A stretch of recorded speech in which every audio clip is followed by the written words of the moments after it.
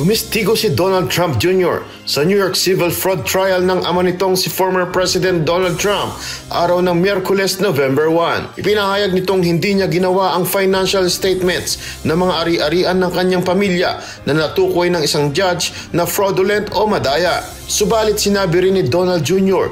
na nagbigay ito ng cash flow figures sa accountants ng kumpanya sa panahong namahala naman ang kapatid na si Eric Trump sa Trump Organization noong taong 2017 hanggang 2021 presidency ng kanilang ama. Itinanggi rin itong hindi ito direktang kasangkot sa paghahanda ng statements ng kalagayang pinansyal at iba pang mga ari-arian ng kumpanya.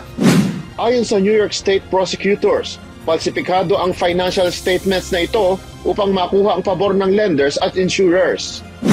Si Donald Trump Jr. ang unang anak ni former President Trump na nagbigay ng ebidensya sa kasong ito. Inaasahan na magpapatuloy ang testimonya nito hapon ng Huwebes, November 2 at maaaring maukat pa ang tungkulin nito sa pamahala ng mga ari-arian at deals sa paglilisensya. Nakatakda namang tumistigo sa mga darating na araw ang mga kapatid ni Donald Jr. na sina Ivanka at Eric Trump. Jeffrey Cos, Yuen TV News and Rescue. Diyos ang aming sandigan, serbisyo publiko ang aming pinahahalagahan.